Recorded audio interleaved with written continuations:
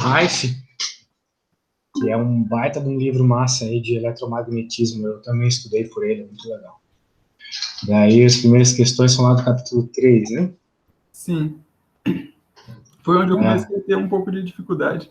Sim, né? Normal. Capítulo 3 aqui é uma matemática bem mais avançada, né? Até pulei um pouco aqui. Só um segundo, beleza. Eu estava dando uma olhadinha lá nas primeiras questões. Bem matemático. É um pouco diferente de Física 3, né? Na Física 3 a gente tem um foco mais em resolver problemas. Aqui é mais entender o funcionamento dos campos. Me diz uma coisa, tu faz física? Eu faço engenharia elétrica. Poxa, normalmente na engenharia elétrica é uma outra, é um outro eletromagnetismo. Um outro. Não é bem o eletromagnetismo que a gente está acostumado na E esse, física, sabe? e esse, na verdade, é Eletro 1, a gente vai ter Eletro 2 ainda. Eletro 2, eu acho que você vai ver umas coisas mais práticas de engenheiro, tipo circuito magnético, umas coisas muito loucas, assim, que nós da física não vemos, sabe? Mas nessa parte aqui eu posso te ajudar, assim. De boa. Essa parte aqui a gente tem uma situação um pouco diferente do usual, né? Que é quando a gente não tem aqueles campos lá da física 3. A gente pode ter campos variando de formas diferentes no ângulo. Então, é mais ou menos isso que vai ocorrer aqui, nos primeiros casos, tá? Então, tu tem aquele formato básico lá dos campos por meio da lei de Coulomb. Aqui vejo que não tem a lei de Gauss ainda, né? Sim. Então, no primeiro caso aqui, tu tem uma forma geral, é bem bizarro no Heights, como eles mostram um R ao cubo embaixo, né? Mas é porque na parte de cima eles estão tratando um vetor que é um vetor posição genérico. Não é o vetor que a gente está acostumado lá da física 3, que sai justamente do eixo, né? Da referência do sistema lá, né? Do 000. Aqui ele sai de um ponto qualquer, né? O Reif ele não faz bem os desenhos, mas o R' aqui é o vetor que vai até a carga, né, do zero do sistema de coordenadas até a carga, e esse R aqui, ele vai até o ponto onde tu está calculando o potencial ou o campo, no caso. Então são dois vetores diferentes, entendeu? Um que vai até a carga, um que vai até o ponto onde tu está calculando o campo. Por isso que é até o próprio R que aparece aqui na própria equação do campo, tá, né? Então, bem, claro que a gente vai estudar uns casos específicos. Qual faculdade tu faz? O UFT. UFT? Federal Tocantins. Pô, abriu um concurso aí para Federal do Tocantins recentemente. Foi agora, né? Recentemente, está aberto ainda. Sim, eu tava até pensando em fazer, mas se tiver que ir até o Tocantins, aí complica para mim. Eu que moro aqui no sul, muito longe. E eu moro no Pará, eu tô no Pará agora, mas tudo lá em Palmas. Tá tendo online agora. Também é longe, né? Longe um pouco longe. Beleza. Então tá. Daí, o que ocorre, né? Algumas equações, na verdade, boa parte das equações da física, elas podem ser reduzidas pela equação de Poisson, que é uma equação diferencial, no fim das contas. A equação da lei de Gauss ela é dada dessa forma. Ela também é dada numa forma integral, que é mais o que a gente vê lá em Física 3. Só que uma vez que aquela integral é uma integral de superfície, tu pode reescrever pelo teorema da divergência dessa forma. Tá? Então, tu escreve a integral de superfície dessa forma. Só que, como o campo elétrico, para alguns casos, né? Para alguns casos, em especial por caso puramente eletrostático, ele pode ser escrito como o gradiente de um potencial, ou seja, dessa forma aqui. Então, tu consegue uma equação mais bonitinha aqui, ó. Uma equação com Laplaciano, que é a equação de Poisson, a famosa equação de Poisson. E ela te permite algumas resoluções mais interessantes. Então, veja, né, que isso aqui surgiu de uma coisa bem simples. Da definição de que os campos elétricos que tu está trabalhando, eles surgem como o gradiente de um potencial, beleza? Nada além disso. Então, claro, eu vou passar rapidamente isso aqui, logo a gente vai para os problemas, tá? Eu até já dei uma olhadinha nos problemas. Resolvi alguns. Achou muito difícil? É que assim, como faz um tempo que eu não vejo, mas não é para ser não. Tipo, para quem faz a matéria tem que estar com isso Tem que estar afiado, né? afiadíssimo, tá? E daí o que é legal do eletromagnetismo em si, da física 3 em si, na verdade, né, na faculdade, porque quando tu faz física 3, tu faz um cálculo vetorial. No eletromagnetismo, tu já fez cálculo vetorial. Então, tu sabe que as leis da física 3, né, lei de Ampère, todas as leis de Maxwell lá, na verdade, elas não são equações que surgem da observação. Elas surgem da matemática. Né? Todos os teoremas, todos os teoreminhas lá do cálculo vetorial, teorema de Stokes, teorema da divergência, Green, eles são teoremas a priori, são teoremas lógicos da matemática. Só que como as grandezas da física, elas funcionam por meio de dispositivos iguais àqueles da matemática, tu consegue dizer que todas essas leis aqui, elas são leis da lógica também. Todas as leis que a gente vai ver agora, elas são leis que surgem única e exclusivamente da lógica. Que nem as leis da relatividade especial, mas tu não vai ver isso. Ou vai, no fim do teu curso eu acho que vem um pouco disso. Bem, então como eu acabei de te mostrar que tu pode dizer que o laplaciano de um potencial elétrico está relacionado diretamente com a densidade de carga e a constante de permissividade elétrica, quem disse que esse laplaciano aqui precisa necessariamente ser o cartesiano? Né? Se tu tiver uma simetria esférica ou cilíndrica, tu pode relacionar, então, aquelas grandezas que eu acabei de te falar, com derivadas dessa forma aqui. Beleza? Então, tu vai adaptar a tua equação para a simetria que tu tiver. Beleza? Beleza. Então, beleza. Muito bem. O que ocorre? Né? Alguns problemas, eles não têm uma carga explícita. Pelo menos na região que tu está trabalhando. Beleza? Por exemplo, o caso aqui dos condutores. Né? Que tu tem no condutor, que a carga, lá, pela lei de Faraday, lá, ela está sempre na casquinha. Né? Então, tu pode dizer que uma boa parte do teu problema não tem carga. Então, o Laplaciano vai ser igual a zero. Beleza? Agora, é uma maravilha quando as coisas são iguais a zero. Né? Elas aparecem com muita frequência nesses moldes aqui. Beleza? Então, sabendo disso, né? Eu vou evoluir bem rápido no que eu sei que vai ser útil para ti, tá? Beleza. Então, o que ocorre, né? Se no eletromagnetismo você já deve ter visto, talvez não com essas palavras, mas que o campo, o potencial elétrico, ele é invariante de calibre. Em outras palavras, ele não deveria depender de um valor que tu cria como referência. Em outras palavras, eu vou explicar da seguinte forma, com uma analogia que tu vai entender melhor. Por exemplo, quando tu está lá em Física 1, tu pode definir que o potencial gravitacional ele é 0 sobre uma mesa ou ele é 1.000.000 sobre uma mesa. Isso não vai importar. Por quê? Porque na física, o que importa quando tu tem um potencial gravitacional é a diferença de potencial. Né? Essa diferença de potencial pode estar associada com trabalho, com energia cinética. Lembra disso? Mais ou menos. Pois é, isso lá é assunto da Física 1. Física 1. Tu sempre trabalha com a variação da energia potencial. Então, porque é o que realmente importa. Um potencial, independente de qual seja, se tu chama ele de potencial, se é uma grandeza que tu consegue fazer o gradiente obter um campo, que é o caso do potencial elétrico, então, os pontos onde tu está definindo ele não importa. E é isso que ele usa aqui como argumento para dizer que o Laplaciano de um potencial ele pode ser dado como somatório de vários potenciais. Né? Isso aqui lembra até aquelas definições lá de álgebra linear, né? Que um vetor ele pode ser escrito como uma combinação linear de vários vetores.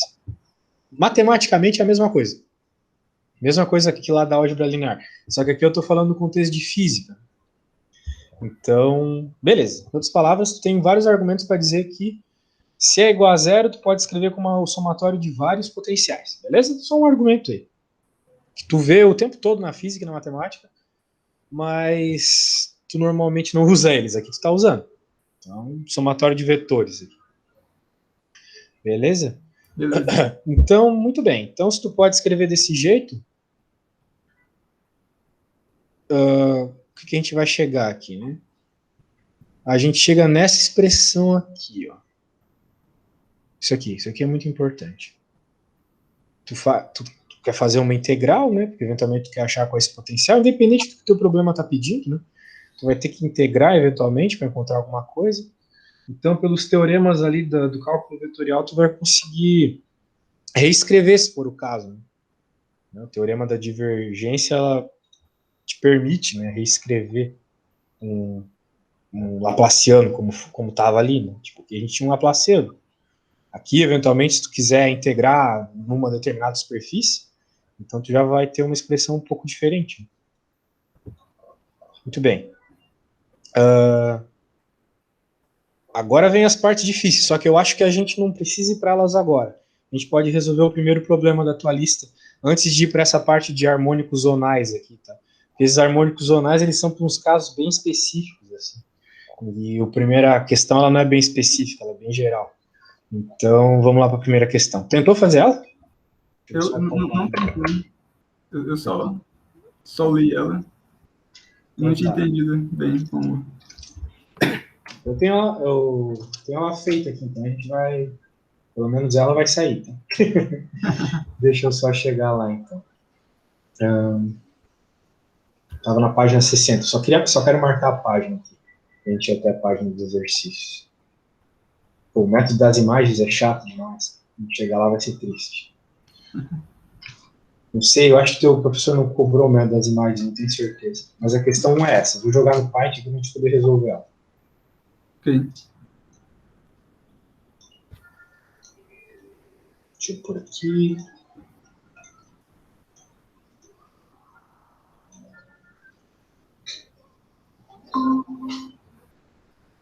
Beleza. Duas cascas condutoras esféricas de raio AB, né? Raio A e raio B estão dispostas concentricamente, carregadas de tal forma que possuem potenciais φA e φB, respectivamente. Se RB é maior que RA, determine potenciais nos pontos entre as cascas e no ponto R maior que RB. Isso não é muito diferente daqueles problemas lá da física 3, né? Tipo, normalmente a gente resolveria um negócio desse por lei de Gauss. Né? Lembra que lá a gente tinha na lei de Gauss esféricas concêntricas, coisas do gênero assim? Lembro. Pois é. Mas aqui é um pouco diferente. Não é muito diferente, mas é um pouco diferente. Tá? Ele quer que a gente resolva num ponto de vista diferente. Beleza? Beleza. Então, como a gente tem aqui esferas concêntricas, esferas, isso que importa, a teoria do livro, ela mostra o seguinte, que um potencial para uma esfera, ele é dado por uma constante A sobre um raio mais B. Esse aqui é o famoso potencial lá da lei de Coulomb, né? Tipo, claro que na lei de Coulomb aqui vai ter a massa, a carga de uma esfera, a carga da coisa que ela está medindo. Claro, tem várias, constante elétrica aqui, tem um potencial que você pode definir inicialmente. Só que isso aqui, o formato aqui, dependendo do inverso do raio, é o formato da lei de Coulomb. Né? A lei de Coulomb tu conhece melhor dessa forma aqui. K, Q dividido por R ao quadrado. No caso do potencial, por R. Né? Certo? Certo. Pois é. Se estivesse falando de campo, teria um R quadrado aqui. Mas o potencial elétrico é dado desse jeito. Por uma carga pontual ou por uma esfera. Por uma esfera fora dela, né? Claro. Beleza? Então, acredito que isso aqui seja tranquilo para ti. Já viu isso em Física 3? Sim, isso sim. Então, beleza. Show de bola. Então, isso aqui o livro apresenta dessa forma até. O que a gente quer aqui, já que a gente está pedindo potencial, né? desse problema, o potencial que está rolando nesse problema aqui. Em outras palavras, a gente está procurando os valores de A e B, querendo ou não. Tá? Então, o que acontece é que a gente tem meio que duas situações aqui. A gente tem os pontos internos e externos. Então, vamos calcular primeiro aqui os pontos internos. Tá? Vamos lá. Então, deixa eu pôr aqui. Calculando os pontos internos.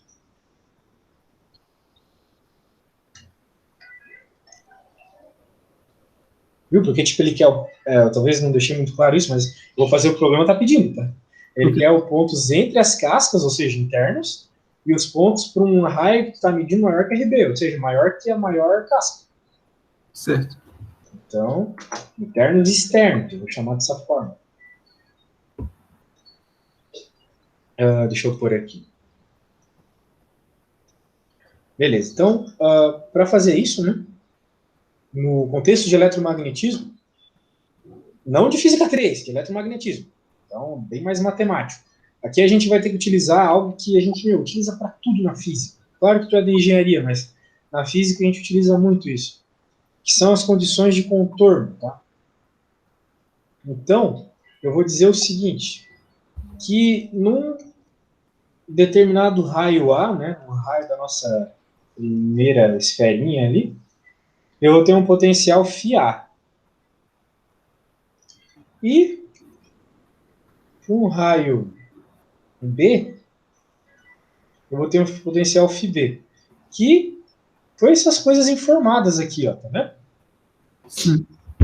Então, para resolver um problema como esse, um problema genérico, onde não tem valores numéricos, os problemas do Reich são todos assim, Heights, quer dizer, confundo o nome dos físicos, Heights, tu vai ter que usar essas grandezas que são dadas no enunciado. Então, φA e φB. Só estou escrevendo de uma forma mais explícita o que está no enunciado. Beleza. Depois você poderia dar uma pincelada melhor só nessa questão de condições de contorno, para mim? Mas eu vou explicar qual é o uso da condição de contorno durante a explicação aqui. Ok. Beleza? Beleza. Tu tem que ter em mente que condições de contorno são condições no limite de alguma situação que tu tem. No caso, quais são os limites aqui? São as extensões dessas esferas, né? Tu tem valores bem específicos para elas aqui. No caso da esfera A, tu tem que esse potencial FA. No caso da esfera B, tem que esse potencial FB. Só que por meio da física e por meio de definições do cálculo diferencial, a gente consegue encontrar as coisas que o problema está pedindo. Nesse problema, a gente vai utilizar, mas é bem mais útil os problemas que vai envolver, assim, explicitamente a utilização da equação de Poisson, tá? Porque na equação de Poisson tu tem derivadas, certo? Certo. E lá no cálculo 1 a gente aprende duas coisas bem importantes, mas que às vezes fica meio de lado, que é condições de continuidade e condições de diferenciabilidade, lembra? Essa parte eu acho que a gente pulou Ô, louco! Pulou. Cara, as condições de continuidade e as diferenciabilidade são as que definem se tu pode ou não derivar uma função, assim, basicamente. Ou trabalhar com ela, por causa da continuidade. Então... aquelas questões tipo divisão por zero... não é bem isso, assim. Vou deixar um pouco de lado esse problema aqui para te só relembrar. Né? Digamos que tu tenha uma função. Deixa eu fazer um desenho. Um plano cartesiano aqui. E tu tem uma função. E daí tem um gap aqui. Beleza? Então, nesse mesmo ponto aqui, pela esquerda, tu vê que ela tende para um valor, por exemplo, 3. E pela direita, né? Se tu for pegar valores aqui que estão vindo pela esquerda, ela tende a 3. Só que se tu pegar valores pela direita, ela tende a 2. Certo? Certo. Então a teoria do cálculo me diz o seguinte: Se eu aplicar o limite nessa função no ponto de interesse, pode ser, por exemplo, 1 aqui. No caso, x igual a 1. E eu noto que pela esquerda o limite dá um valor, no caso 3. E pela direita dá outro valor, no caso 2. Então significa que essa função não é contínua. Certo? Certo. Dá para notar que ela não é contínua por causa desse buracão. Né? Então ela não é contínua. Lembra disso? Agora eu lembrei. Só que tem uma outra que também é muito importante, que é a condição de diferenciabilidade. Oh, meu Deus. Peguei o bagulho errado aqui. Digamos que tu tenha também uma função, ela pode até ser contínua, só que ela é esquisita. Tipo, aqui ela é uma parábola com concavidade para baixo, aqui é uma parábola com concavidade para cima, tá vendo? Sim. Por exemplo. Então, se tu fosse fazer a derivada desses carinhas, aqui, pela esquerda, tu ia ter uma reta tangente mais ou menos assim, nesse ponto de estudo aqui. Né? Digamos que tu esteja estudando esse pontinho aqui, esse x0, beleza? Beleza. Agora, digamos que tu esteja estudando, então, a derivada nesse ponto pela direita. Tu ia ter uma outra reta tangente, certo? Certo. Bem, o que ocorre, então? Se pela esquerda tu tem uma reta tangente, ou seja, um coeficiente angular, e pela direita tu tem outro coeficiente angular, significa que nesse ponto a tua função ela não é diferenciável. Ok? Ok. Muito bem. O livro ele explica, o Heitz explica isso, mas assim, bem jogado, porque é um conteúdo que ele já toma como muito bem estabelecido para quem chega em eletromagnetismo, tá? Porque é um conteúdo de cálculo 1. Então, supostamente, tu aprendeu cálculo 1 e usou isso até chegar em eletromagnetismo, ou seja, em todos os outros cálculos e em todas as físicas. Então, qual é o uso disso em eletromagnetismo? Para que um campo de potencial respeite a exista, né, basicamente, exista, é necessário que ele seja contínuo e derivável. Então, não vai existir campo elétrico se não for derivável. E não vai existir potencial elétrico se não for contínuo. Na natureza, a gente observa campos contínuos, potenciais contínuos. O potencial ele não some do nada, não é mesmo? Sim. Pois é. Ele pode até tender a zero num ponto, depois voltar. Só que ele não some discretamente. Ele some continuamente. Né? Eventualmente ele é zero, depois ele volta. E o campo elétrico também. O campo elétrico ele não some do nada. Ele vira zero no momento, depois ele cresce de novo, etc. A questão é, essas funções elas têm que ser contínuas e diferenciáveis. É isso. E a condição de contorno é um respeito a essa regra. De corno. Contorno. Toda a condição de contorno é uma busca, vamos dizer assim, a respeitar continuidade e diferenciabilidade. Só isso. Então, tu vai, no fim das contas, encontrar, né, tu vai usar a condição de contorno para encontrar o valor dessas constantezinhas aqui, A e B, ou as outras que vão aparecer em outros problemas, para que, mediante um determinado valor dessas constantes A e B, ou as outras que vão aparecer, você tenha potenciais e campos contínuos. É isso. Tá bom? Tá bom, entendi. É só isso. Claro, daí como tu vai usar isso vai depender da tua conta, da simetria que está ali, do que o problema está pedindo, mas é isso. Tu vai ter que relacionar essas constantes de alguma forma que os teus campos fiquem contínuos. Provavelmente igualando eles em algum momento, sabe? Daí tu iguala eles e, mediante essa igualdade, você encontra o valor da A e da B, etc. Isso vai depender do teu problema. Mas a ideia, o grande lance, o grande que está por trás de tudo, é essa coisa de cálculo 1 aqui. né? Diferenciabilidade e continuidade, só isso. Então, parece bobo, mas é muito útil mesmo. Então tá. Vamos agora escrever o nosso sisteminha aqui, os nossos potenciais, ou seja, FA e FB, substituindo o raio na expressão deles. Eles têm, tanto FA quanto FB, por serem potenciais de uma esfera, eles têm que respeitar essa regra. Só que como tu tem um raio específico aqui, tem que ser o raio que foi apresentado aqui na definição, né? O raio da esfera A e o raio da esfera B. Então, o que tu vai ter aqui, né? Para o FA, espero que tu esteja acompanhando, qualquer coisa tu fala. Tá? Sim. Tu vai ter um RA mais B. Só substituir o raiozinho. E o FB, tu vai ter um A também.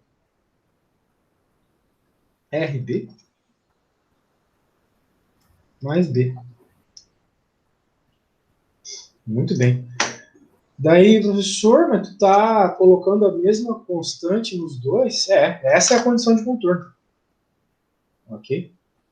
Como os campos eles têm que ser contínuos, tu vai ter que ter esse mesmo valor para A e para B aí. Porque tu tá falando do mesmo potencial final, né? As casquinhas juntas, elas formam um determinado potencial. A forma esse, a B forma esse. Mas, depois que elas viraram um sistema só, que é o que está acontecendo aqui, ó, os potenciais formados por cada uma delas vai ter que causar o mesmo potencial final, né? E tu vai obter, então, esse potencial final por meio do valor dessas constantes AB aqui, como eu venho falando repetidamente. Agora, como é que tu vai achar o valor delas? Sabendo que do potencial da casca A, tu tem isso, e do potencial da casca B, tu tem isso. Ok? Ok. Agora, para ser contínuo, né? O que tu tem que fazer? Tu tem que resolver essa conta aqui. Tu vai ter que igualar os potenciais, né? Porque no limite ali das tuas casquinhas concêntricas, tem que o potencial tem que ser igual. Né? Em determinado ponto aqui, o potencial que vem dessa tem que ser igual ao potencial que vem dessa. Então, tu tem que igualar os potenciais. Então, é o que eu vou escrever aqui. Pela condição de contorno, os potenciais devem ser iguais. O contorno, eles têm que ser iguais. Então, vamos igualá-los. Nada além disso. Então, basicamente é isso.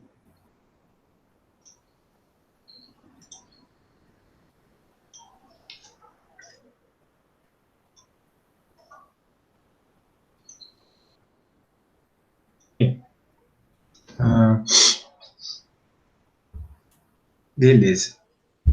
Então, digamos que eu quero encontrar o A, né? O A é mais fácil de encontrar aqui. Nossa, tá ficando sem espaço. Deixa eu passar lá para outra parte. Tu não precisa ficar copiando nada, porque depois eu vou te mandar tudo isso, tá? Ok. Mandar as imagenzinhas. Então, deixa eu arrumar aqui. Beleza.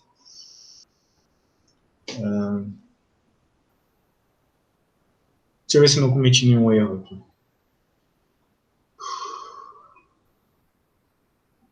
Deixa eu só verificar uma coisinha, tá?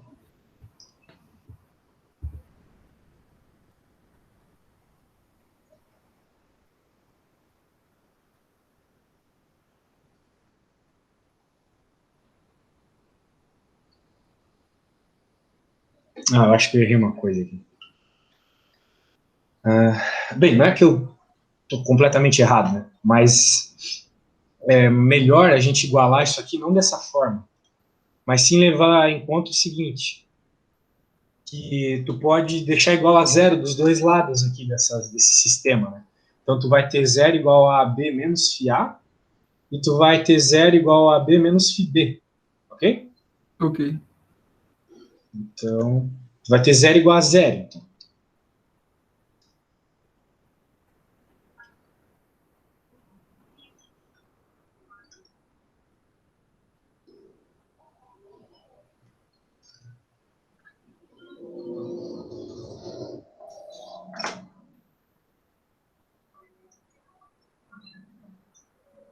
Beleza.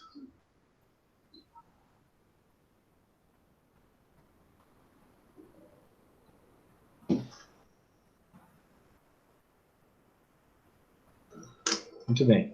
Agora sim. Que agora tu consegue, então, uma relação junto com o valor dos potenciais. De forma genérica, mas junto com o valor deles. Então, beleza, passando para cá. Agora, então, vamos encontrar o valor de A, dependendo apenas do valor dos raios e do valor dos potenciais. Ok? Ok. Então, para encontrar o valor do A, primeiro, que é o que o programa está pedindo aqui, né? A gente pode cortar aqui. Daí, eu posso passar esse A para o outro lado aqui, vai ficar com A, RA menos A, RB. Agora eu passo esse FA para o outro lado. Então vai ficar FA menos FB. Tudo bem até aí? Tudo. Então tá bom. Agora olha só, eu posso isolar o A aqui. Daí eu vou ter A 1 sobre RA menos 1 sobre RB. Agora FA menos FB. Isso aqui tu deve lembrar desse tipo de combinaçãozinha lá da soma dos resistores paralelos, né? Sim, sim. Isso aqui vai ficar simplesmente RA, RB menos RA, né? RB menos RA dividido por RA vezes RB. Normal, né? Igualzinho os resistorzinhos lá. Sim, sim. Beleza. Então, a gente encontrou o valor do A. Olha só que legal. Encontramos o A que respeita a condição de contorno, ou seja, que faz que esse potencial seja contínuo em qualquer ponto dentro desse sistema de duas esferas concêntricas. Vai ser simplesmente RA, RB, que multiplica FA menos FB. Não, só passando multiplicando inverso. RB menos RA. Beleza? Beleza. Beleza. Então agora, o que tu tem que fazer? Agora é tu. Porque assim, eu fazendo é bem óbvio. Agora é tua vez. Agora tu vai ter que encontrar o valor do B. Ok? Aí, no caso, eu posso substituir em qualquer uma daquelas equações iniciais lá do valor de A. Sim. Se eu posso substituir o valor de A lá em... Sim, sim. Pode sim. Aí eu encontro, né, o valor Isso. de Vai B. lá. Cara, eu preciso ir no banheiro rapidinho. Tô passando meio ruim aqui. Beleza. Poderia voltar lá naquela primeira, rapidão? Tá, eu vou colar para ti no WhatsApp. Ok. Eu vou mandar para ti no WhatsApp que eu já fiz. Acho que vai ser Beleza. melhor. Beleza.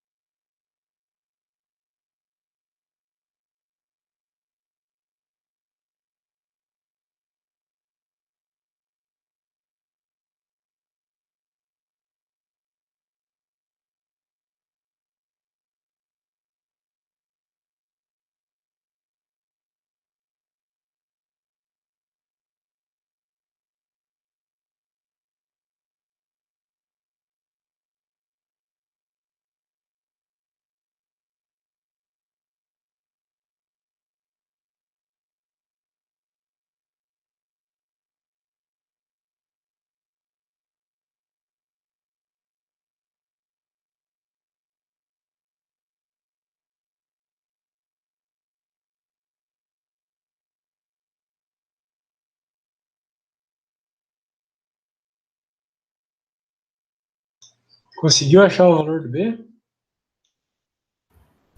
Vocês ficou certo?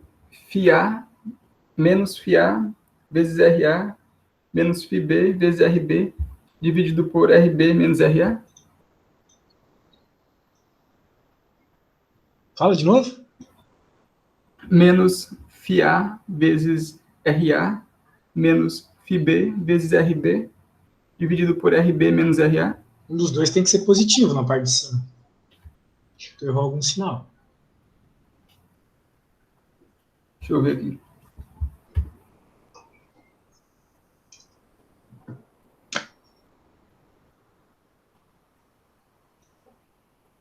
Se eu botar o menos 1, né, do numerador em evidência, aí o denominador fica RA menos RB.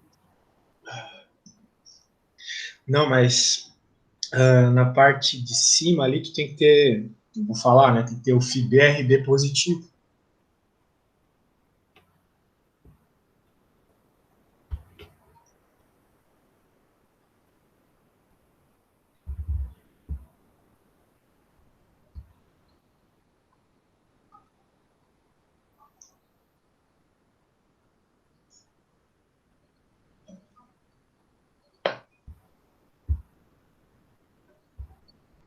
É só isso que está de errado, o resto tá tudo certo. Tá Só tudo o certo. sinal do FIB-RB é positivo, tá? FIB, RB positivo. Isso, na parte de cima, exatamente. Ele é positivo e o FIA-RA é negativo, tá bom? Só isso. Daí, então, com isso, né, vou escrever aqui.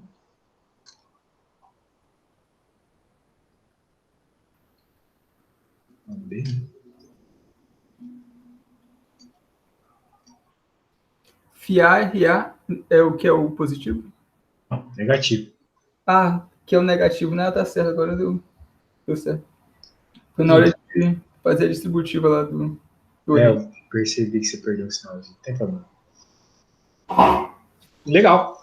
Então, agora que a gente encontrou esse potencial por meio, potencial total aqui, potencial que está rolando dentro dessa combinação de esferas, por meio do potencial de cada uma das esferas, a gente pode terminar nossa conta. Né?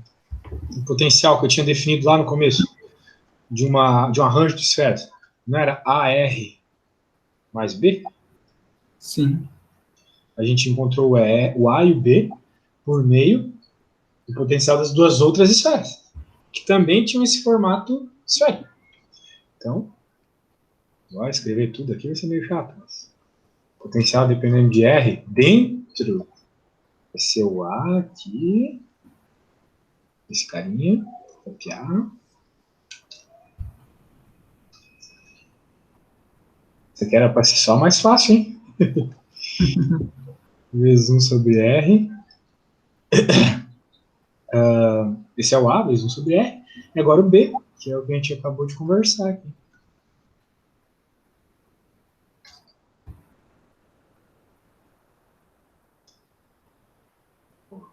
Vou aqui colocar mais B.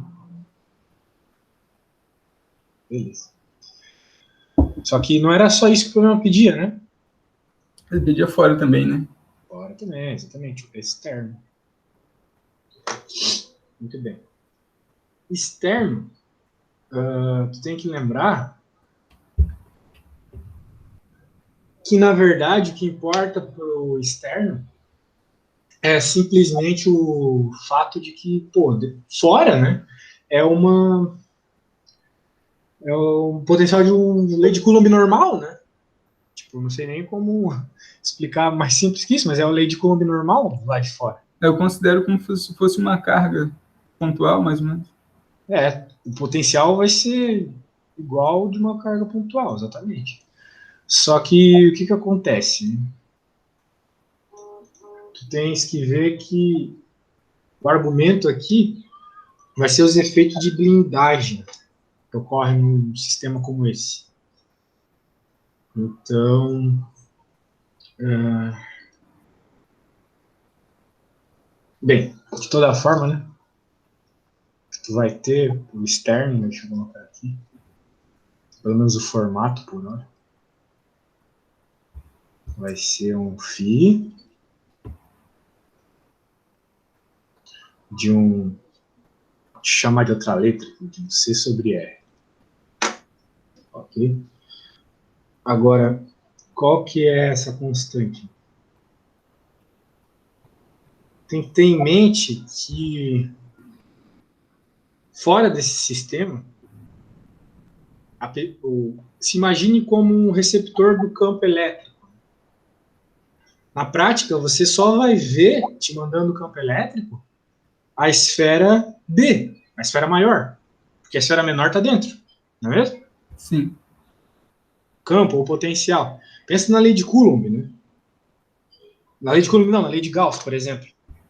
Tu tem uma esfera e tu está interessado no campo fora,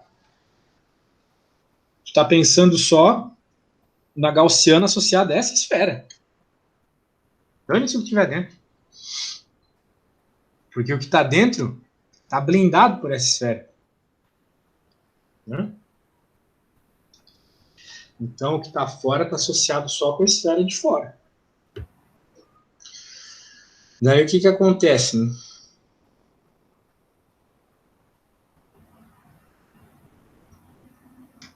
Pela condição de contorno, o que a gente vai ter? Né? A gente vai ter o seguinte, que devido à esfera 2, tu vai ter que o FB aqui é igual a campo, né? Campo C ali, no raio B. Ok? Ok. Beleza. Só que, novamente, pela condição de contorno, né? Para um ponto qualquer externo à esfera, tu também vai ter um C sobre R. Não é? Tipo, no limiar ali perto da esfera, tu sabe que o potencial, o enunciado falou isso, né? O enunciado falou que é FB. No limiar da esfera é FB. O potencial devido à esfera FB. A esfera de raio B, desculpa.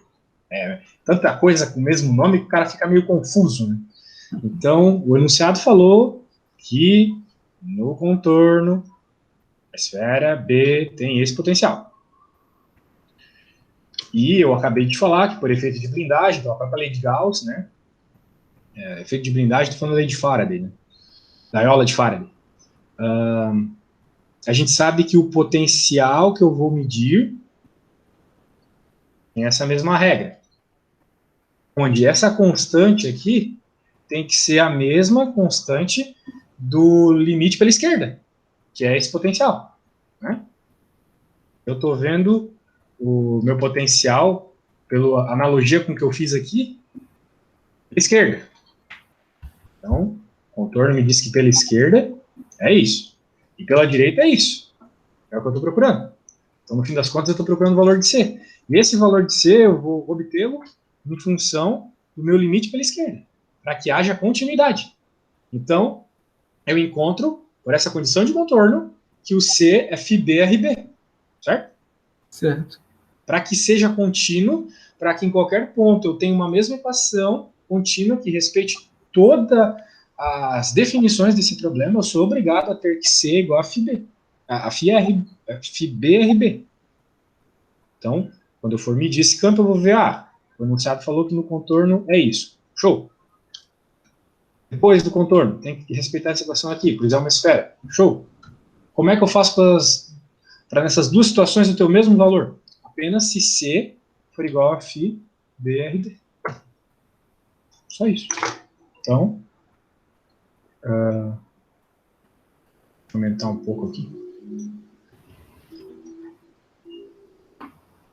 Cara, cálculo 1 aqui. Nada além disso. Então, na prática, o φ externo, né? Vai ter que ser igual a φB, RB, sobre R. Ok? Ok.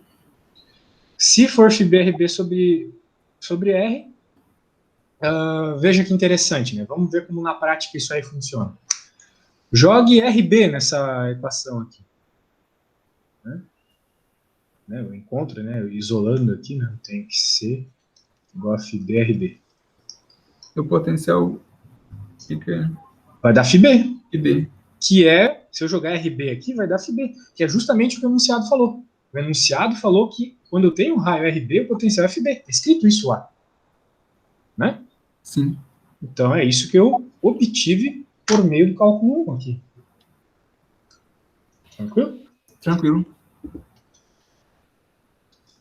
Tá bom, então fizemos uma questão little bit heavy aí, mas é para ser a mais fácil. Eu vou salvar aqui, vou te mandar completinho depois. Beleza. Faz um tempo que eu, na verdade, eu nunca dei aula disso, né? Só estudei isso pra caramba durante a graduação e o mestrado. Então, se eu ficar meio perdido assim, você tem uma paciênciazinha comigo, mas eu garanto pra ti que a resposta tá certa, tá? Tranquilo não. E deu para compreender bem. Então tá. Isso aqui, cara, ó, isso aqui é que tu é da engenharia, né? Mas na física, a gente usa tanto isso aqui, essas duas condições do cálculo, tanto. Muito importante. Continuidade e diferenciabilidade, tá? Demais. Então, tá bom. Eu descobri o site só agora. Se eu soubesse antes, teria contratado Nas outras disciplinas? E também. Uhum. Beleza. Então tá, agora eu quero continuar o conteúdo, tá? Beleza. Vou mostrar algumas coisinhas importantes ali. Deixa eu abrir aqui o livro.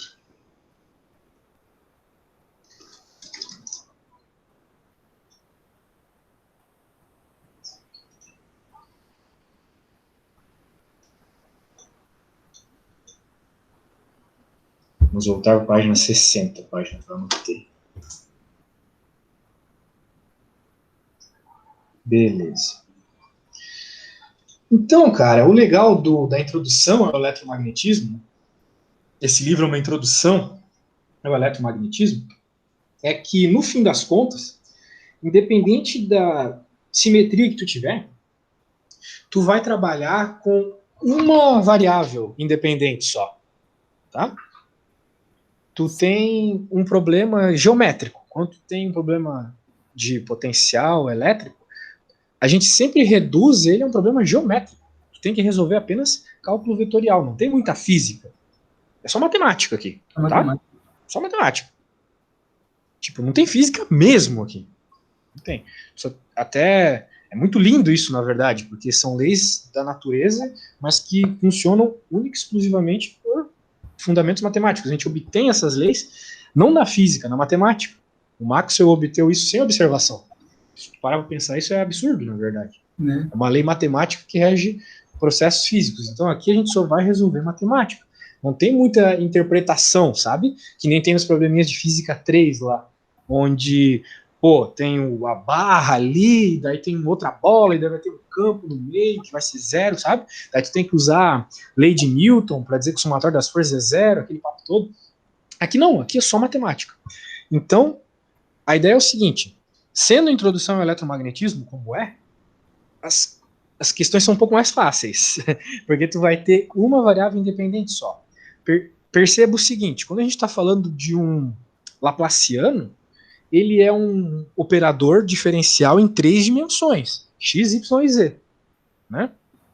Quando tu faz Laplaciano, tu tem derivadas em x, y e z, né? Certo? Gradiente, divergente, rotacional, tem derivadas nessas 3 coordenadas, muito bem. Claro, isso quando a gente está falando em cartesianas. A gente pode passar para esféricas, que é o que está aparecendo aqui para você aí. Tem as cilíndricas também. Então, mas no fim das contas, aqui, no contexto do teu eletromagnetismo, a gente só vai ver variações em uma coordenada. No caso, na coordenada radial, que é, no geral, o que mais aparece. Certo? Quando tu tem uma variação da carga, da densidade de carga propriamente dito na tua distribuição geométrica ali, na tua esferinha, no geral, o que vai aparecer no Heights aqui são densidades de carga que variam apenas no raio. Tá? Vai ter um problema ou outro com uma variação muito específica em θ, no ângulo, mas no geral vai ser no raio. Então vai ser meio que fácil de resolver, sacou? Tu vai precisar se preocupar apenas com o termo do raio, olha só. Lembra que o Laplaciano das coordenadas esféricas era um bicho gigante? Sim, enorme. Mas uma vez que tu não vai ter variação nenhuma em θ e em φ, a tua expressão vai ficar muito mais fácil. Ela vai ficar desse jeito aqui só. Esse terminho simples aí, de uma derivada segunda na posição em R. Nada demais. Isso aí dá para resolver tranquilamente. Beleza? Beleza. Então, beleza. Então, agora vamos voltar pro caso aqui. Só para... Eu falei tudo isso para tu se tranquilizar que a gente não vai ter cálculos em mais dimensões além do raio, no geral. Então, pode ficar tranquilo. Vamos lá. Então, aqui, né? O que ocorre? Quando tu tiver uma situação que foge do que eu acabei de te falar, ou seja, um potencial que vai depender tanto do raio quanto de θ, que é o caso das próximas questões, logo aí, mas uma ou outra, né? Tu não vai precisar se preocupar tanto também no contexto, novamente, da física de introdução ao eletromagnetismo aqui. Por quê? Porque essa equação diferencial que tu tem aqui, ela tem uma resposta tabelada, tá bom? Que são o tal dos harmônicos, os harmônicos zonais aqui, ou os harmônicos esféricos. Tu já deve ter visto alguma coisa de harmônicos esféricos quando tu estudou química. Lembra lá na química que tu tinha aqueles negócios S, P, aquelas coisas lá? Sim, dos orbitais, essas coisas. Isso, os orbitais atômicos, exatamente, das nuvens de elétrons. Elas tinham formatos diferentes para cada letrinha. Uma era uma bola, a outra era tipo um balão, assim, amarrado, né? Um negócio assim. E essas figurinhas geométricas, elas surgem como solução dessa equação diferencial aí. Então, é meio que uma coisa já bem catalogada, sabe? Quando tu tem uma equação diferencial nesse formato, que é o que aparece no teu caso, para esféricas, né? O Laplaciano é esse, é sempre esse, tu já tem determinadas respostas. Aqui ele mostra a obtenção dessas respostas, tá? Mas tu não precisa se preocupar muito com isso, a resposta é sempre a mesma. E são essas aqui, ó, os famosos polinômios de Legendre. Manipulando as tuas equações ali, tu vai ter, quando tu for resolver, depois de manipular tudo ali e tal, tu vai ter isso. Isso aqui. Esse diferencialzinho. Ele, a solução, né, por ser uma equação diferencial parcial, né, tem toda aquela... Não sei se tu já estudou em Física 2, eu acho, equações diferenciais parciais, que se tem, de um lado, uma equação que depende de uma variável, né, como é o caso aqui, tem de R, e do outro lado da tua equação diferencial tem uma dependência de θ,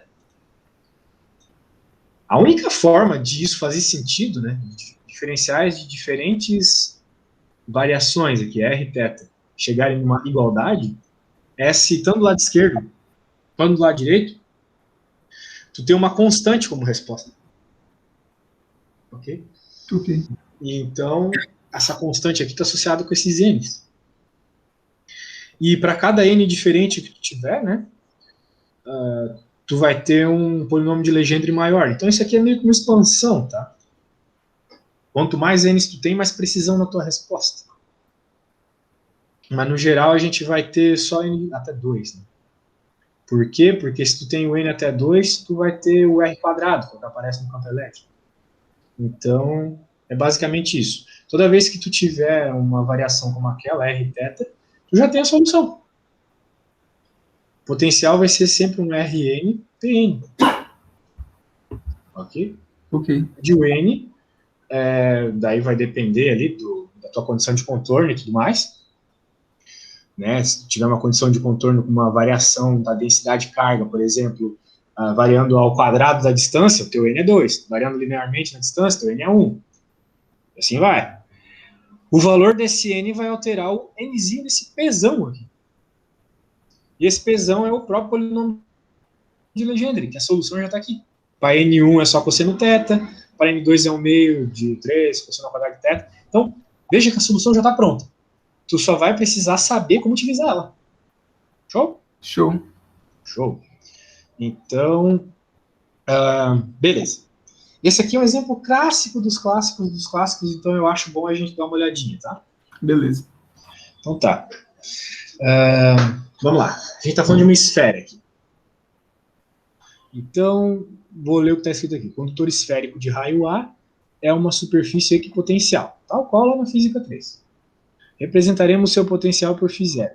Nosso problema é encontrar uma solução para a equação de Laplace na região externa à esfera que se reduza a φ0 na própria esfera. O que é isso? Condição de contorno. Lembra? Lembro. A gente quer o φ0 que é dado pela definição. Aqui, está definindo aqui, ó. E por mais que tenha uma variação estranhinha aqui em θ e tal, que eu te falei que é necessário resolver por polinômio de legenda para chegar na resposta final, no contorno, no limite ali da existência da tua esfera, tem que ser φ0. Muito bem. Então, o que ocorre? A gente já sabe a solução dessa parada aqui. Foi o que a gente acabou de ver. Esse mano aqui.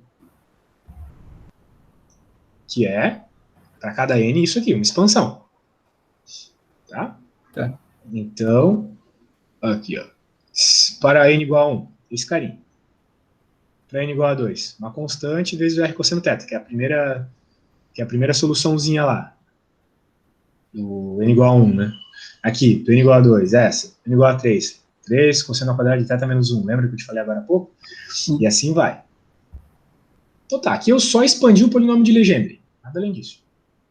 E eu vou expandir o polinômio de Legendre nesse problema, por quê? Porque ele falou que é um condutor esférico e condiçãozinha aqui.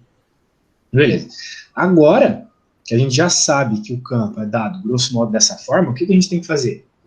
Tem que encontrar as condições de contorno para dar exatamente qual é o campo que a gente está trabalhando, o potencial que a gente está trabalhando. Quais foram as informações que ele falou, né? Vamos lá. Para R grande, o campo elétrico será apenas levemente distorcido de sua forma inicial, e o potencial será propriamente o campo elétrico uniforme. Então, em outras palavras, se tu tender o teu R a infinito, tu tem um raio muito grande, lá no infinito, o teu potencial elétrico, ele é uniforme. Ele não vai ter distorções devido ao ângulo θ. Vai ser um campo normal, em outras palavras. Ok? Ok. Então, tranquilo, usual.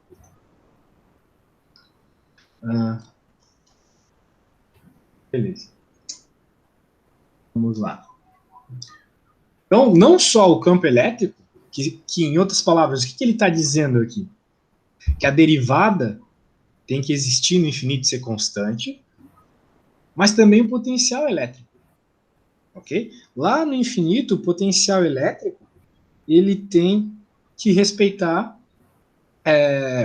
essa regra aqui. Ok? Basicamente, por que ele tem que respeitar essa regra aqui? Porque o potencial elétrico, se ele não depende de θ,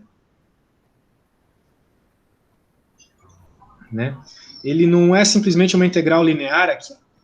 Lembra que tu pode obter o potencial elétrico integrando o campo? Sim. Pois é. Então a gente integra aqui na variável z genérica, que na prática é dado por r cosseno θ. O carinha, o livro aqui ele não mostra isso nesse ponto, né, mas ele mostra aqui, olha só. Tá vendo esse desenho? Sim. Então isso aqui é como se fosse aquele ângulo... Tem um nome para esse ângulo aí? Não lembro agora. Mas esse cone tem um nome na matemática. Não lembro agora, realmente não lembro. Mas isso aqui é um pedaço de uma esfera, tá? Daí então tu vê que, bem, essa esfera ela faz um ângulo θ com essa direção aqui, chamada direção polar. Direção do raio, que eu estou interessado. Então aqui vai ter um ponto onde eu vou medir. Tá? Aqui vou ter um ponto P da minha medida. Então, se eu quero pegar o campo nesse ponto P, eu não posso simplesmente dizer que é R, mas sim é R cosseno θ, porque é a projeção de toda a evolução da minha esfera naquela linha onde está o meu ponto. Ok? Ok. Isso é uma projeção, nada além de uma projeção. Beleza? Beleza. Então tá bom. Afinal de contas, uma esfera ela tem R's para todos os lados, né? O negócio redondo inteiro vai ter distanciazinhas para todos os lados. Mas a gente está interessado só nas projeções dessas distâncias que batem ali na linha onde eu coloquei um ponto para medir. Então, estou falando de uma projeção R cosseno θ. Muito bem. Beleza. Então, é isso aí. Agora, novamente, vamos falar de uma condição de contorno aqui. Para que essa equação e essa obtenção lógica que a gente acabou de fazer aqui concordem para R grande, né? Então a gente vai ter que, no caso, tender esse mano aqui para infinito. Ok? Ok. Se tu tende ele para infinito, o que, que vai acontecer aqui? Todos os carinhas somem. Todos os carinhas que têm R's elevados a coisas negativas vão sumir, porque qualquer coisa dividido por infinito dá zero, certo? Então, Certo. isso aqui some, esse aqui some também. E por hora é isso. Agora, o que mais aqui? A e A3 em diante devem ser igualados a zero. Tá, mas por que, que o R ao quadrado vai ser igualado a zero? Eu não lembro exatamente o argumento do porquê disso. Mas tem algum fato aí. Talvez porque eu não... Veja, eu tenho cosseno θ, né? Eu não tenho cosseno ao quadrado de θ. Então, a única forma de, no infinito, isso tudo aqui ser igual a isso é se isso aqui for zero, se o A3 for zero. Daí, esse aqui zera, por definição, eu zero o A3 à mão, e todos os outros aqui, que têm expoentes negativos, zeram naturalmente. Esse zera naturalmente, esse e esse. Pela própria definição de qualquer número dividido por infinito ser zero. Daí, na prática, né? Na prática, o que vai acontecer na hora que eu zerar tudo isso é isso aqui ser igual a esse termo, mais esse, mais esse. Só que não tem nada de cosseno ao quadrado do lado esquerdo da equação, só tem cosseno normal.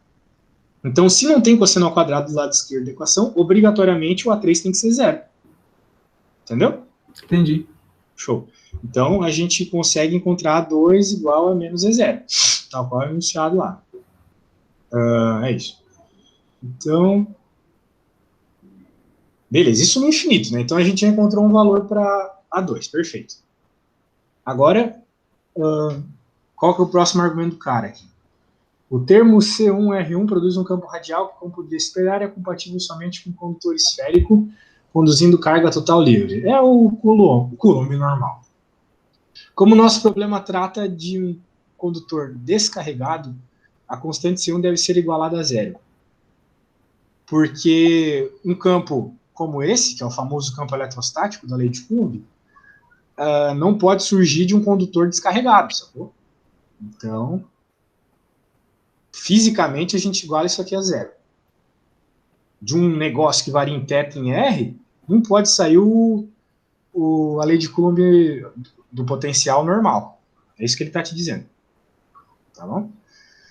E, bem, na superfície da esfera, φ igual a φ0, condição de contorno, e o potencial deve se tornar independente do ângulo θ. Isso na esfera, no contorno da esfera, na existência dela. Então, ele não pode depender de θ na esfera. Os dois, porque é constante ali, né? Na esfera tu já tem um valor constante, φ0. Os dois termos que envolvem cosseno de θ podem cancelar-se, mas os termos com maiores potências inversas de R não podem ser cancelados em si porque contêm funções diferentes de Legendre. A única possibilidade é fazer todos os CI com I maior que 3 iguais a zero. Em outras palavras, é que não tem como surgir cossenos elevados a qualquer coisa. É isso que ele está te dizendo aqui. Então, por isso que tu pode argumentar que, como tu não vai ter dependências de cosseno que te permitiria que aparecesse esses carinhas aqui, né, cosseno ao quadrado, depois outro cosseno ao quadrado, cosseno ao cubo, que é o que aparece nas próximas soluções, a gente nunca pega esses termos, né, numa situação como essa. Então, no fim das contas, eles podem ser totalmente ignorados e só vai te sobrar um termo com cosseno de θ.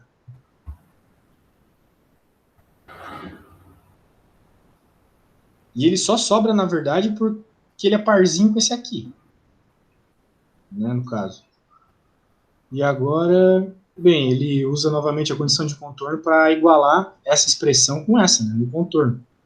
Então, como tu tem aqui o raio da esfera é A, tu joga A aqui e tu acha a constante C2 em função das outras constantes do problema. E A1 também, em função das outras constantes do problema.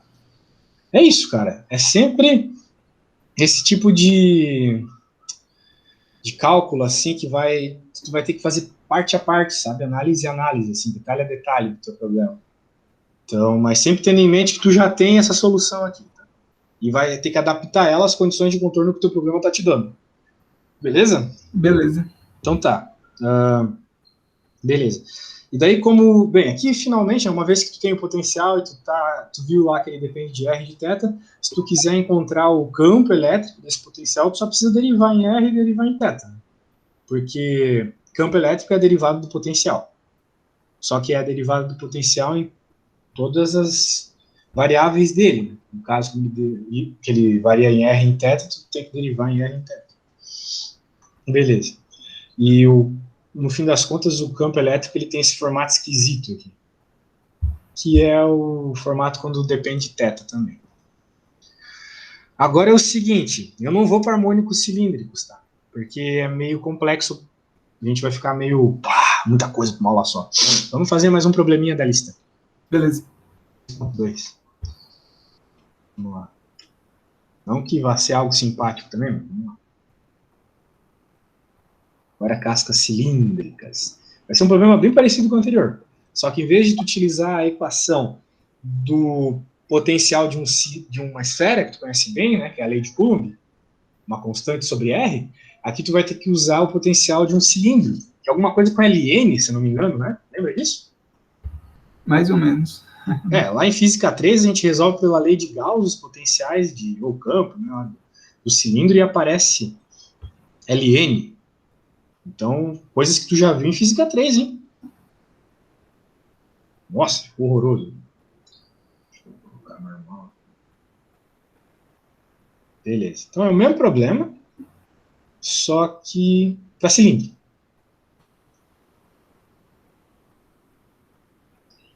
Vamos lá, então. Ó, o que eu vou colocar aqui é dado, tá? Beleza. Dado. Se tu pegar um cilindro, o potencial de um cilindro normal, é assim. Depende do raio dele. Ln de R mais B. Isso é o potencial de cilindro. Dúvidas sobre isso, volta lá em... Você não compartilhou... desculpa.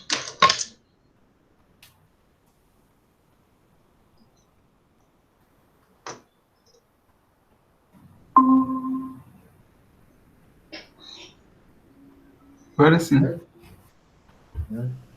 É isso aí. O cilindro tem esse potencial. Lá no Halliday tem isso. Ele pega o potencial de um cilindro, o campo elétrico do cilindro integra e chega no Ln. Né? Se tiver qualquer dúvida, não é difícil não. Não, de boa. Lei de Gauss, ou sobre epsilon zero, né? Se tu está falando de um cilindro, tu vai ter 2π R, L, né? Isso é a área de um cilindro. E a densidade de um cilindro pode ser dada com π R quadrado L, né? Epsilon zero. Algo assim. E daí tu vai ter... Bem, tu vai ter uma densidade de carga também. Aí tu vai poder simplificar e tal. Daí a expressão de campo que surge aqui, tu pode depois só integrar que tu chega no potencial, tá? Certo. Beleza. Tá indo lá no Halliday isso. Então vamos nos ater a isso, né? Porque a gente só tem mais 40 minutinhos. De boa. Nossa, pesado demais, cara. Tô explodindo meu cérebro aqui. Faz muito tempo que eu não vi essas coisas. Mas tá, vamos lá. Muito bem. Então, qual que foi o argumento da outra vez, né? Que tu tem, como no outro caso, tu tinha uma esfera dentro da outra, agora tu tem um cilindro dentro do outro.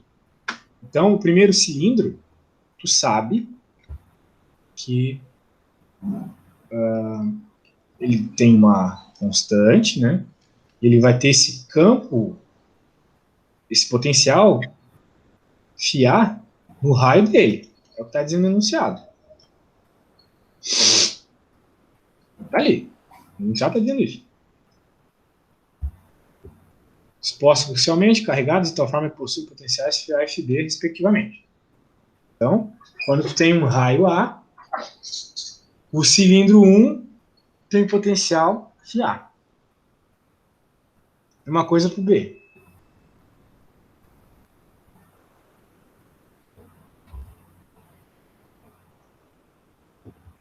Certo? Certo. Muito bem.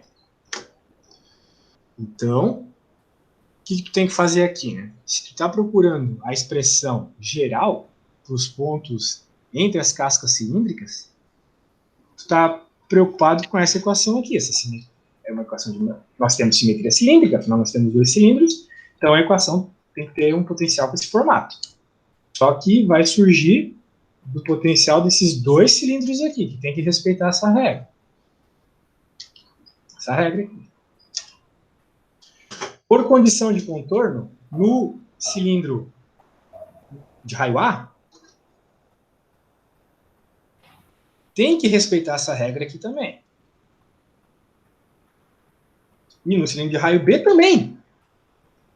Por isso que os coeficientes dessa expressão geral, para qualquer ponto entre os dois cilindros, tem que ter os mesmos coeficientes que vai aparecer no contorno do primeiro cilindro e no contorno do segundo cilindro, sacou? Porque a gente está falando de um potencial só. Ele tem que ser contínuo. Então, no primeiro cilindro e no segundo cilindro, tem que ter o mesmo valor. Tá bom? Certo. Então, é um argumento físico, mas é um argumento que faz bastante sentido, né? Sim, sim. Como no cilindro B tu só vai ter ali o potencial B, que é o que o problema está dizendo, raio B só tem potencial φB. Raio A, φA. Essa expressão serve para qualquer ponto. Então, ela tem que servir para o RA e para o RB, que é isso aqui e isso aqui. Então, as constantes que descrevem todos esses potenciais têm que ser as mesmas. Então, o que tu vai fazer? A mesma coisa que eu fiz no outro programa. Vou te dar uns 5 minutinhos para tu fazer o que eu fiz, tá? Eu vou te dizer o que tu tem que fazer. Passa o FIA para o outro lado, tu vai ter zero dos dois lados, junta as duas equações, corta o B e encontra o valor do A, tá bom? Beleza. Então tá, eu preciso tomar uma água. Ok. Rapidão. Vou fazer aqui. Show, já volto.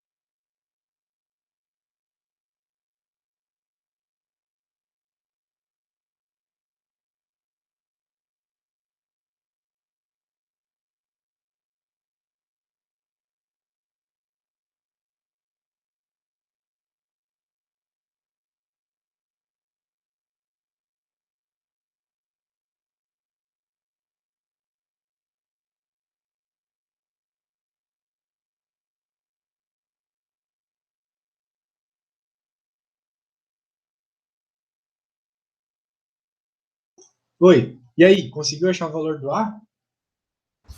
Ficou menos FIB mais FIA dividido por LNRA menos LNRB. O A ficou FIB menos FIA em cima. Não, menos FIB mais FIA. Ah, certo. Dividido por LN de RV menos RA. Não, LNRA menos LNRB, é. Isso. Ficou certo? Sim, tá certo. Só que dá para dar uma simplificada, né? Daí para botar, né, tipo, é FIA menos FIB. Bem, Ah, vamos lá. Dá para fazer uma simplificadinha bem bonitinha. Ficou FIA menos FIB. Dividido por LN de RA, né? sim. Menos LN de RB. Beleza. Não tem nada errado no que fez, tá certinho. Só que tem uma forma mais elegante de escrever isso. Né? Quando tu para pensar que o FIB é o mais externo, né? FIB é o potencial mais externo, concorda comigo? Porque o FIB é maior que FIA. Sim. Né? Normalmente, quando a gente fala de delta, a gente não fala do final menos inicial. Sim. Então, é mais bonito escrever isso aqui como um menos FIB menos FIA. Dividido por esses mesmos LNs ali. Mas ao mesmo tempo que é mais bonito escrever isso como um delta em cima, também é mais legal não ter esse sinal na frente, né? Então dá para passar esse sinal para baixo trocando o sinal dos termos de baixo. Né? Concorda comigo? Concordo, sim. Então, eu vou ter LN de RB menos LN de RA. Então, novamente, eu tenho final menos inicial, de certa forma. Raio final menos raio inicial. Só que isso aqui também dá para escrever de uma forma mais bonita. Porque é uma diminuição de LNs. A gente tem diminuição de LNs, a gente tem uma propriedade para juntar eles, né? Lembra dessa propriedade? É divisão, não? Multiplicação. Isso, divisão, isso aí. Divisão.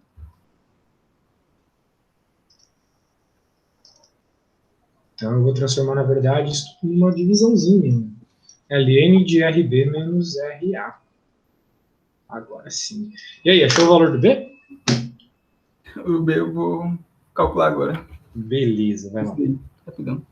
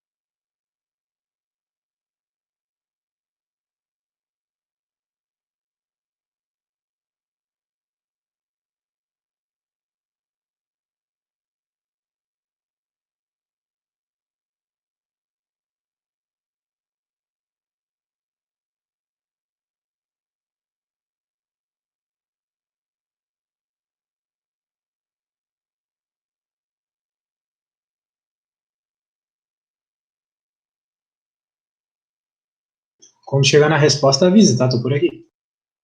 Beleza, tô terminando.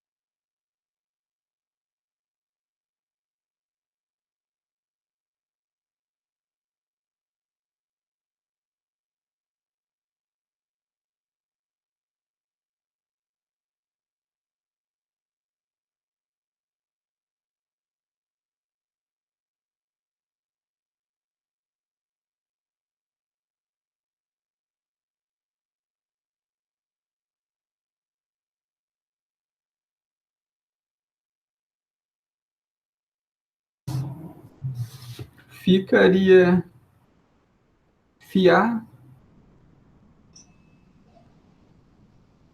Fiar? Não? FIA LNRB menos FIB LNRA dividido por LNRB sobre RA Nossa, fala de novo aí que eu me perdi um pouco. do início. FIA Deixa eu anotar aqui, só um segundo. B. Falou que B é igual a FIA. LNRB menos FIB LNRA sobre LN de RB sobre RA.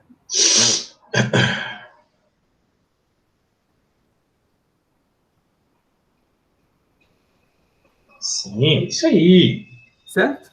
Certinho. Mas, novamente, dá para deixar mais elegante a resposta aí.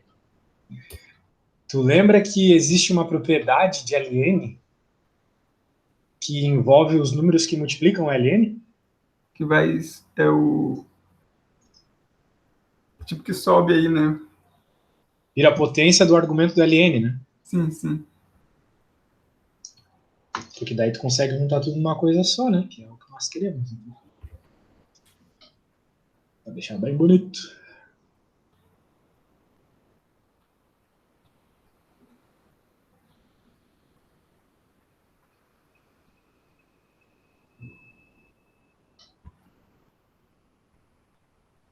Certo? Certo.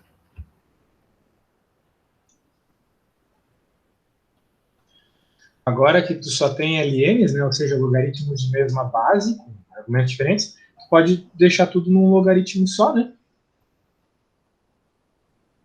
Na parte de cima ali, tu vai ter RB, FB, fiato, dividido por RA, FB, certo? Certo. Olha só, bem mais legal, né? Bem mais, cara.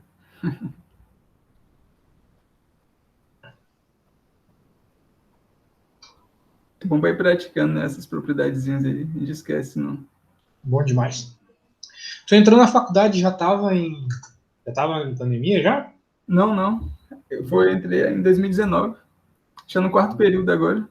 2019, pode crer. 2 períodos, eu acho que só, durante a pandemia. Parou um tempo também, acho que uns 6 meses sem aula. Complicado, né? Quando eu estava na graduação, eu estava louco para terminar. Se acontecesse um negócio desse, eu acho que eu ia ficar maluco. É horrível, cara. Adia tudo. E agora a gente Sim. tem que fazer os períodos mais curtos, né? Tipo, tá sendo 2 meses para tentar voltar. Correr atrás do tempo perdido. Muito chato, muito chato. Demais.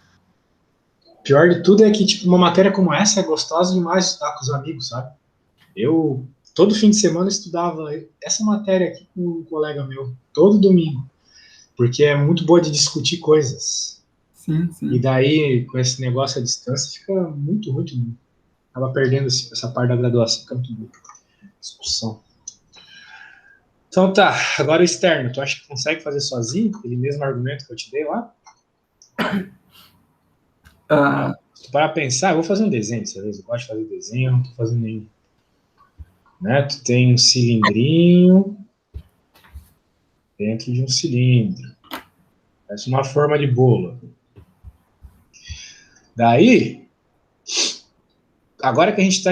Se bem que o problema não pediu isso, né? Eu acho que ele não pediu.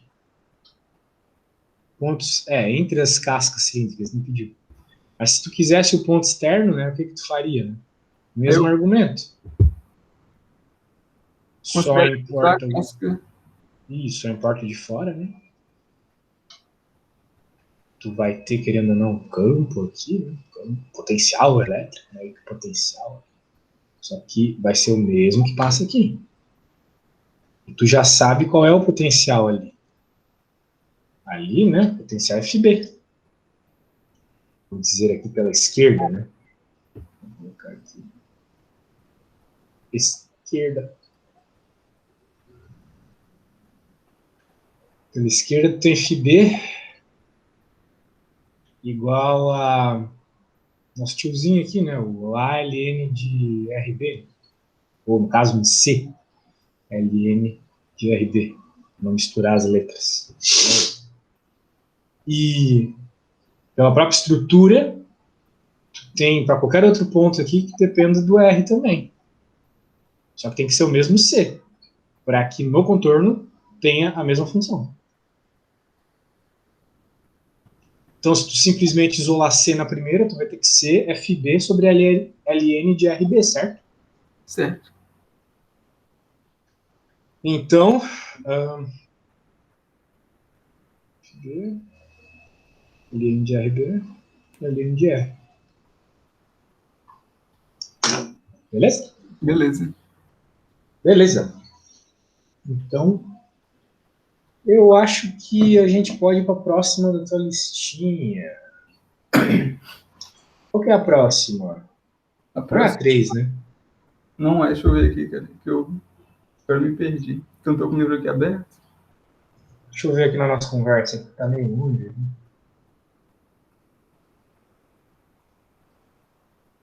Não consigo achar nos 3.10. Eu acho que ela é longa.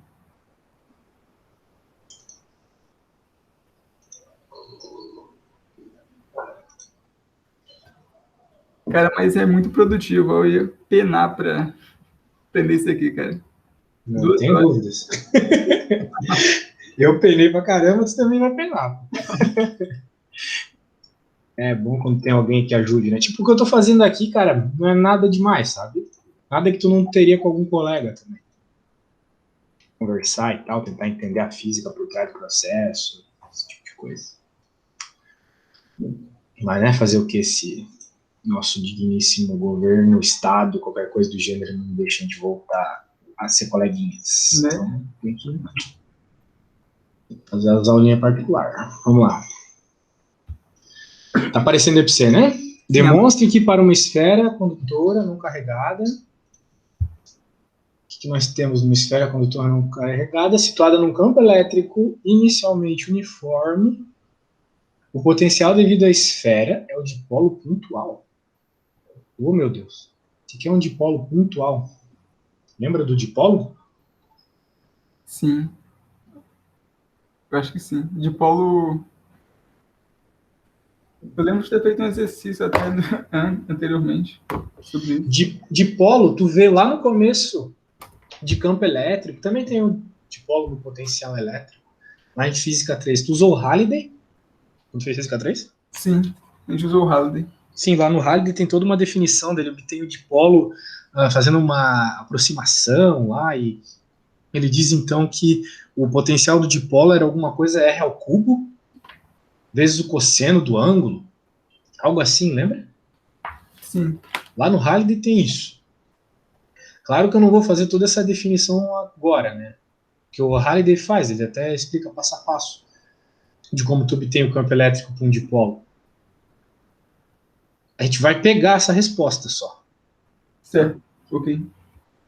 Então, o que acontece, né? O dipolo, ele não depende só do raio, ele depende do ângulo também. Porque tu vai ter um ângulo entre as cargas de sinais opostos, que formam um campo bem específico, que depende do raio e do ângulo.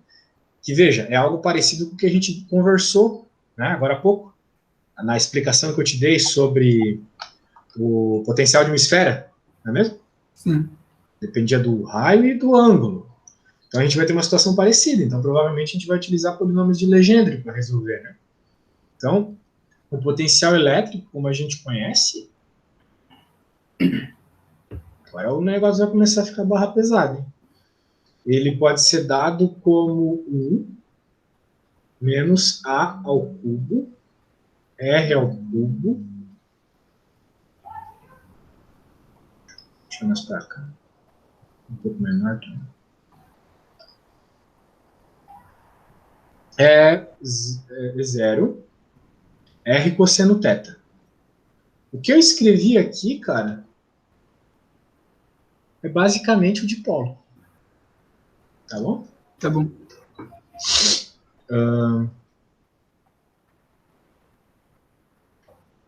Beleza.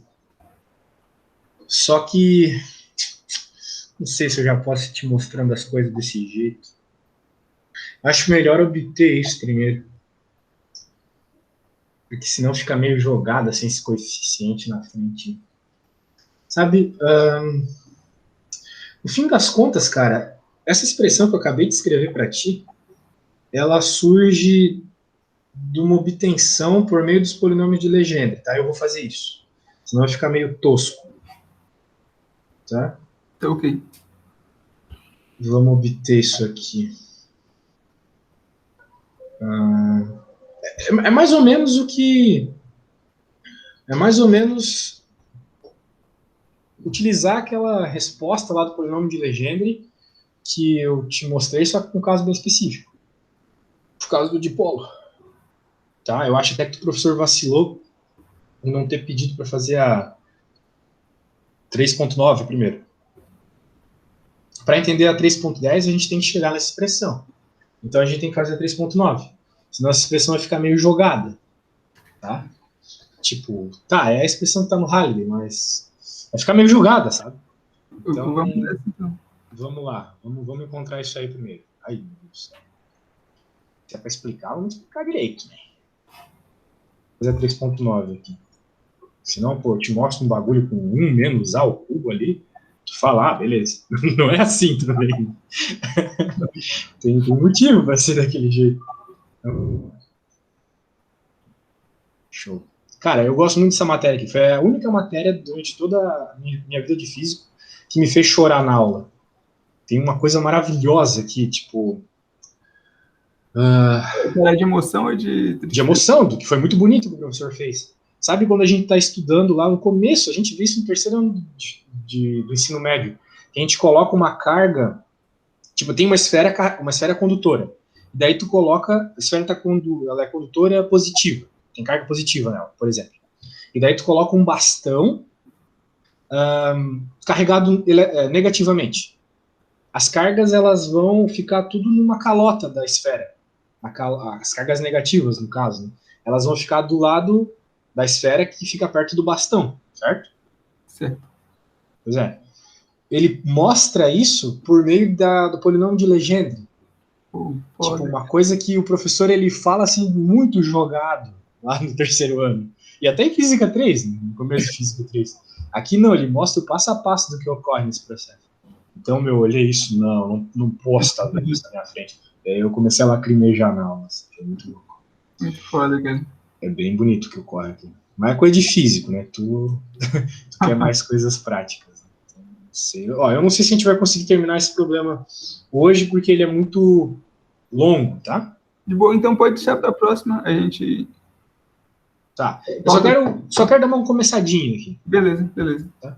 Ele começa, né, levando em conta que tu já tem uma expressão geral, né, do potencial, que é aquela polinômio de legenda. Então é aquela sériezinha, né,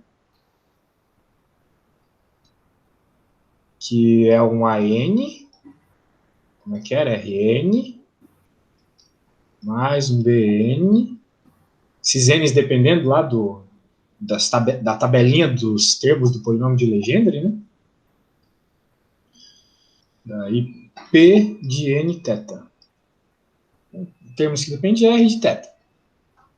Beleza. Só que tu também tem lá, de acordo com o Halliday, o potencial de um dipolo.